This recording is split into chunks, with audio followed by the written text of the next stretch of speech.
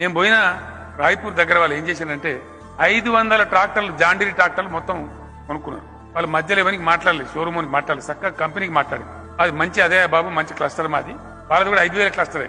మొత్తం 500 జాండీరి ట్రాక్టర్లు కొంటాం, ఏం ధరకి ఇస్తావు చెప్పమన్నారు. 40,000 రూపాయలు తక్కువకి ఇచ్చిన వాడు. అందరికి వచ్చిన దానికంటే 40,000 రూపాయలు ధర తక్కువ వచ్చింది. కంపెనీ కూడా తెచ్చి ఊళ్ళో ఇచ్చి దండం పెట్టిపోయింది. ఎరువులు కూడా వాడు చిల్లర దుకాణంలో కొనరు, అసలే కొనరు. ఇఫ్కోతో మాట్లాడతారు, నాగార్జునతో మాట్లాడతారు, డైరెక్ట్ కంపెనీకి మాట్లాడుకుంటారు.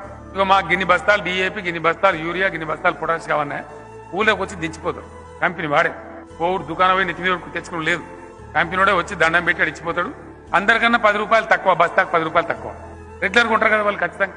కాబట్టి అట్లా యూనిటీ ఉంటే మీ క్లస్టర్ లోపల కూడా రేపు ఒక ట్రాక్టర్లు కొన్నా, ఒక బస్తాలు కొన్నా, ఏది కొన్నా ఆ స్పిరిట్ ఇది క్రియేట్ చేయవచ్చు. ఒక ఏలితో కొడితే దెబ్బ తలగది, పిడికిలు పెట్టి కొడితే కలుగుతుంది. రైతులు ఎవరికి వాళ్ళే ఉంటే అనుకున్న ఫలితం రాదు. అదే రైతుకు ఐకమత్యం ఉంటే ఇవ్వల పంటను కూడా నష్టపోనియరు, ఎవరి పొలం కూడా ఎండిపోనియరు, ఎవరికి కూడా ఇబ్బంది రానియరు. అది సాధించగలిగితేనే మనం బంగారు తెలంగాణ సాధించినట్టు. బంగారు తెలంగాణ బట్టి డైలాగులు కొడితే మాట కొడితే రాదు, అది రావాలంటే జరగాలి. రాష్ట్రంలో సగానికి సగం జనాభా వ్యవసాయం మీదనే బతుకుతున్నారు. ఇంకో 10% మళ్ళీ దానిలో పనిచేసే వాళ్ళు బతుకుతారు. ఈ ఎకానమిస్టులు కొంతమంది వ్యవసాయంతో ఏమవుతుందో అని మాట్లాడతారు. వ్యవసాయంతో ఏమవుతుందో చూపిస్తాం తెలంగాణ మనం చూపెట్టాలి.